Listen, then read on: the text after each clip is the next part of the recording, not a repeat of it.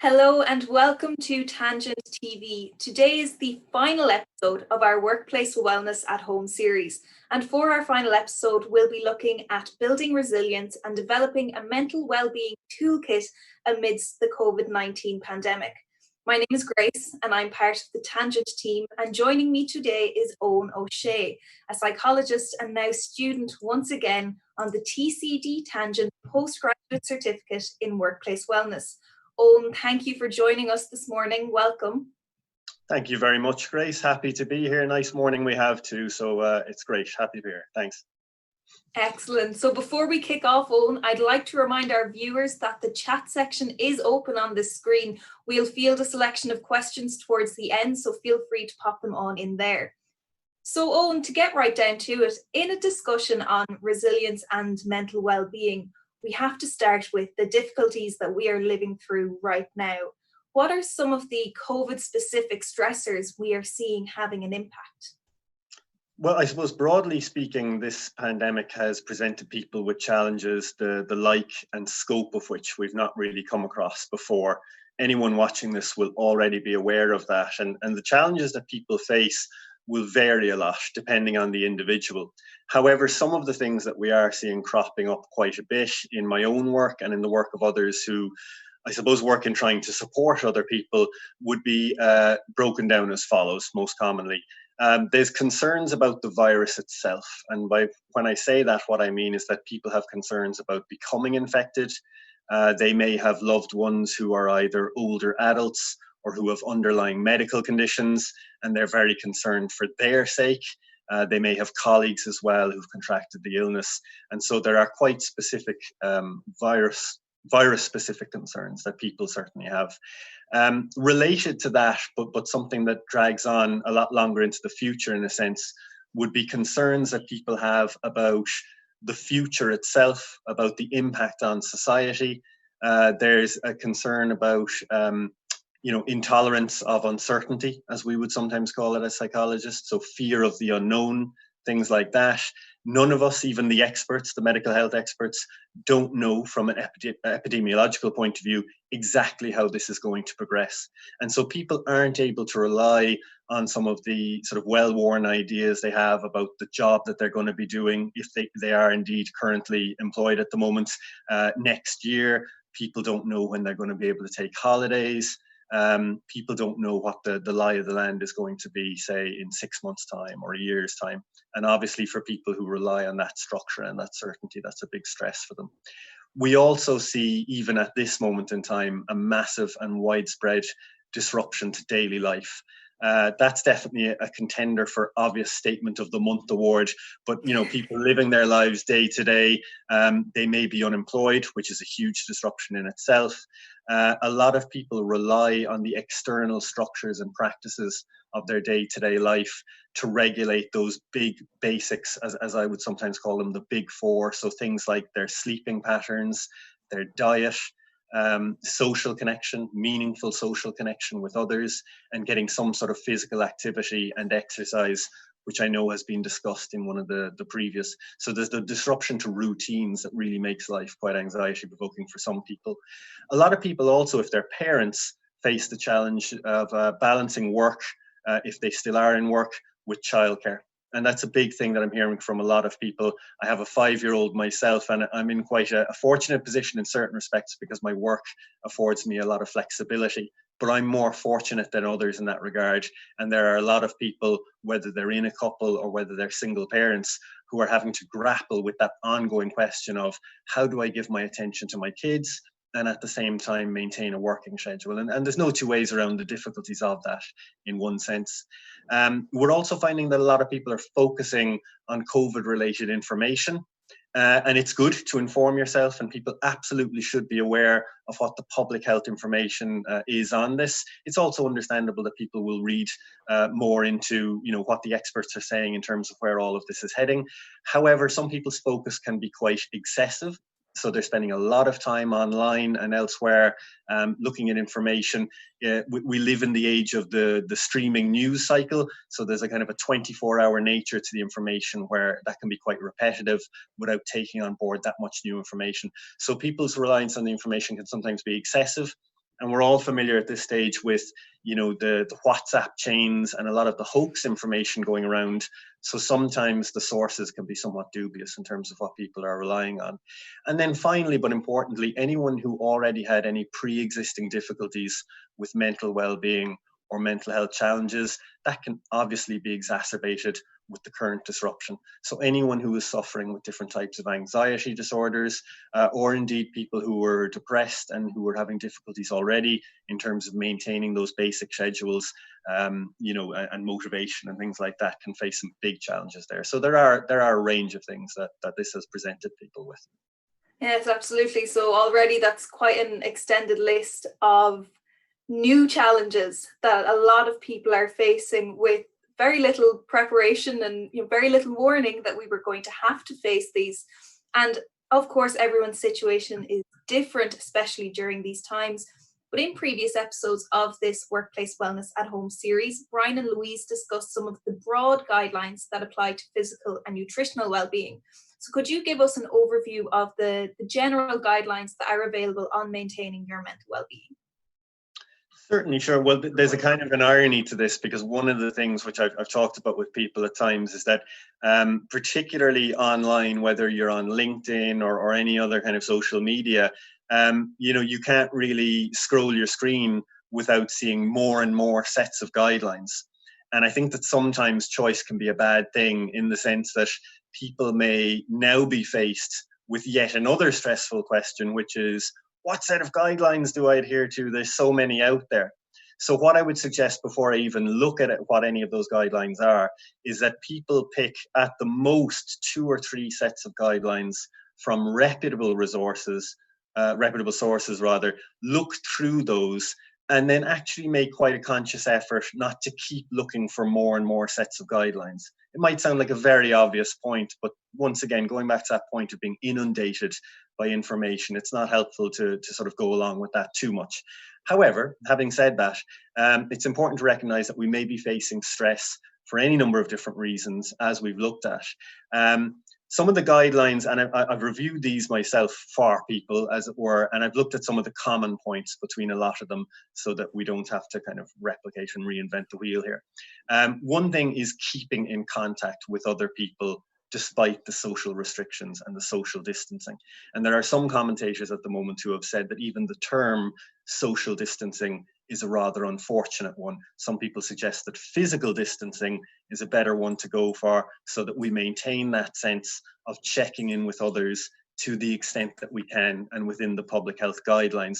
So going online for a lot of those things, having Zoom meetings or indeed WhatsApp chats or whatever it is, so that we're keeping in touch with loved ones, especially those who might be cocooning at the moment and who we can't see physically otherwise. So maintaining that social contact and being inventive and creative in whatever ways we would do that. Another one, which is so basic that we might not see the wood for the trees with it, is maintaining those basic routines. And what I mean by that is, when it comes to sleeping patterns, when it comes to diet, when it comes to getting a bit of exercise, and also those meaningful social connections we discussed, going out of your way, particularly if some of the structures of your life, like a working day, has dissolved, if people have become unemployed, or if they're working from home, setting some fairly tight, deadlines to go to bed and to get up in the morning, even if you don't have to.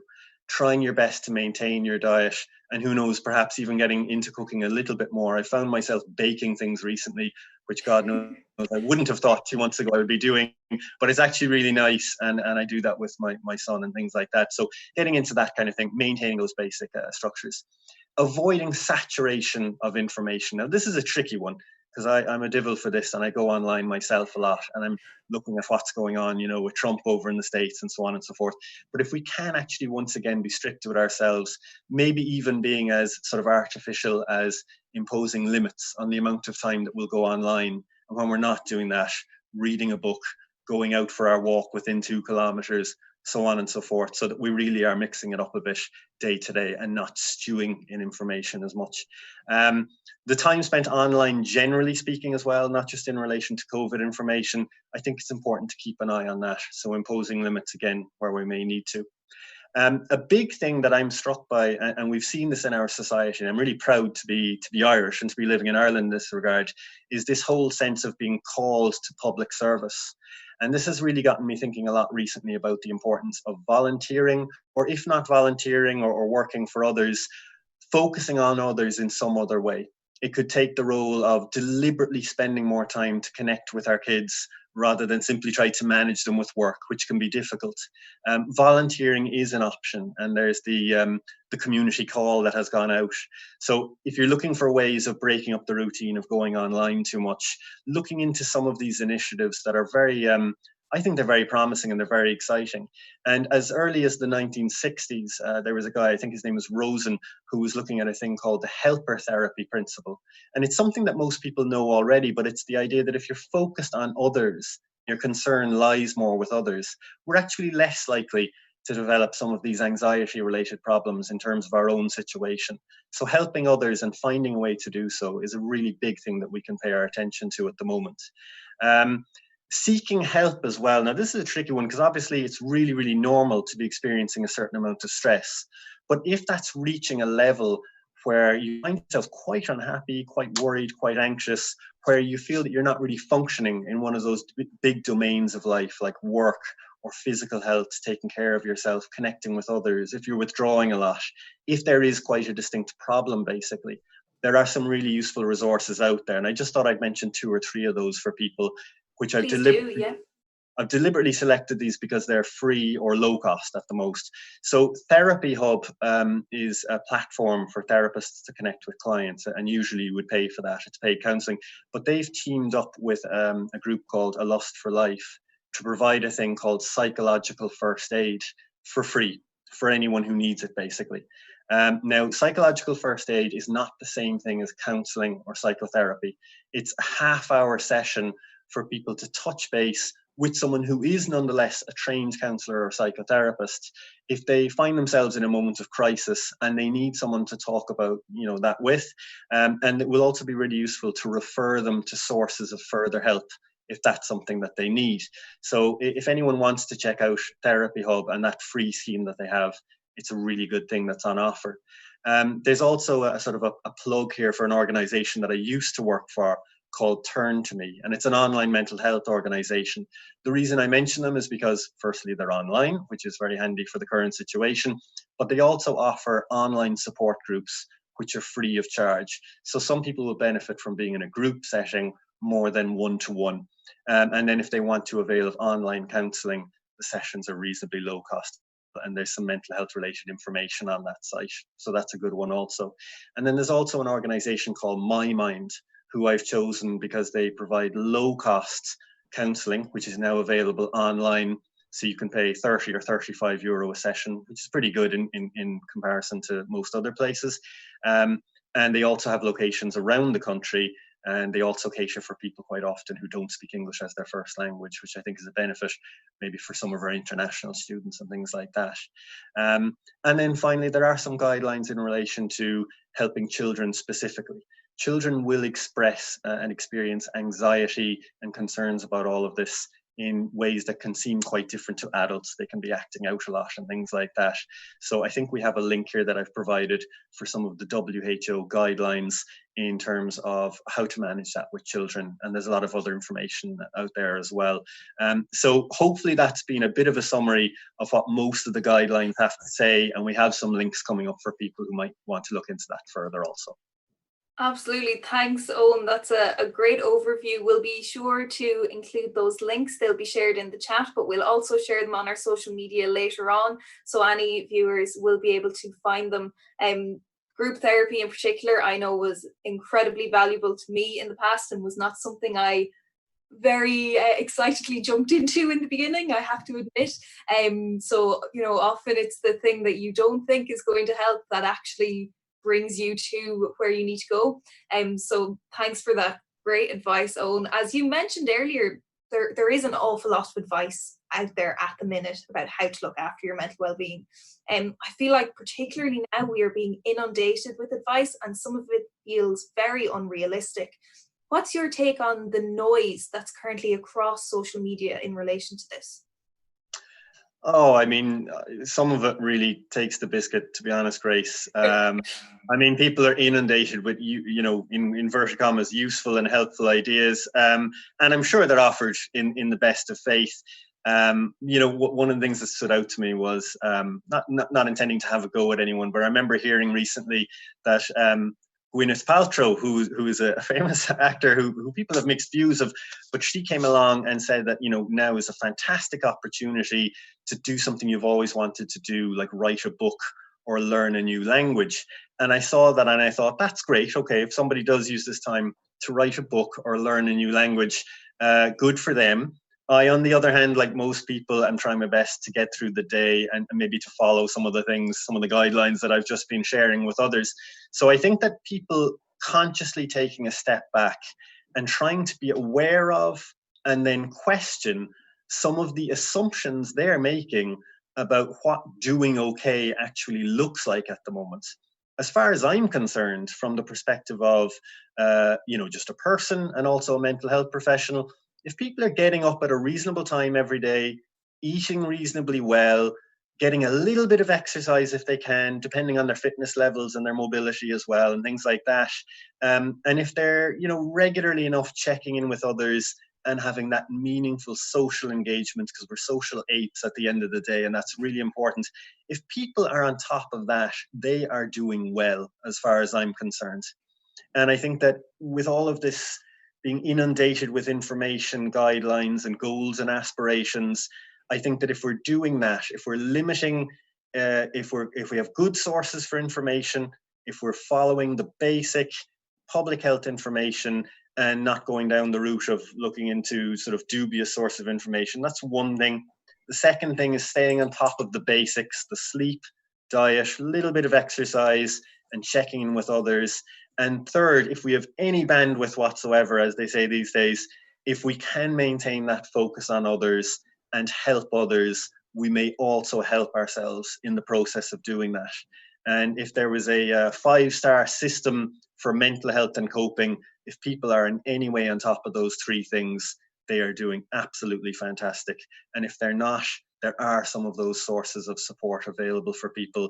And I would strongly encourage them, and thank you for sharing your own information of group therapy.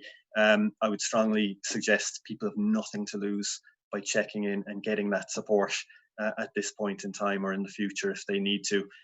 Other than that, without wanting to put any rose-tinted kind of veneer on things or be Pollyanna-ish about it in any way, it does provide some opportunities, what's going on. I always feel a bit weird saying this to the few people who I've said, but I think I will look back on this time and have somewhat fond memories of how it was a time when I reconnected with my son even more so and spent more time with him. I think that we can even rediscover things like the role of play in our lives and being creative and being inventive. And I'm shamelessly plugging a link from my brother as well, which will be provided to an article. He's a very kind of academic guy. He writes very well about this, but he published an article recently about the importance of play in our lives in the broadest possible sense. And if people look through something like that, and if they rediscover some of the things that they may have lost sight of through the 9 to 5, Monday to Friday rat race, as they say, there are some opportunities for this to be quite a positive experience in terms of our own development as well. But people need to be realistic about that and just try and keep on top of the basics, I think. Sounds good. So a clear message there that we need to reevaluate our own expectations for ourselves and give ourselves a chance. So, Eoin, we are actually running out of time. So I'm going to have a quick look at the chat, see if we have any pressing questions. I think the majority of the chat at the minute is resources. So it's great. Anybody who will be watching this back will be able to look into all of those links that you've mentioned. But I think we are out of time. So that is all we have time for. Thank you for tuning into today's stream, everybody. If you missed out on any part of our discussion, it will be available for playback later on. This episode concludes our Workplace Wellness at Home series. I want to take this chance to thank Louise and Brian, who featured on our first 2 episodes, Joe and David, who are working away tirelessly in the background, and to the entire Tangent team for making this series possible. Thank you particularly to Eoin for joining us today. I know you are a working parent, so taking time out to speak to us is no small ask. We really appreciate you taking the time to share your knowledge with us. Thank you, Grace. It's been lovely. It's been a nice experience in itself. Thank you. Good, glad to hear it. Joe will be back here on Monday to kick off season 2 of the entrepreneurial skills sessions. Until then, you can avoid missing out on Tangent TV updates by subscribing to our YouTube channel and following us on Twitter and Facebook. But once again, thank you for watching. See you next time.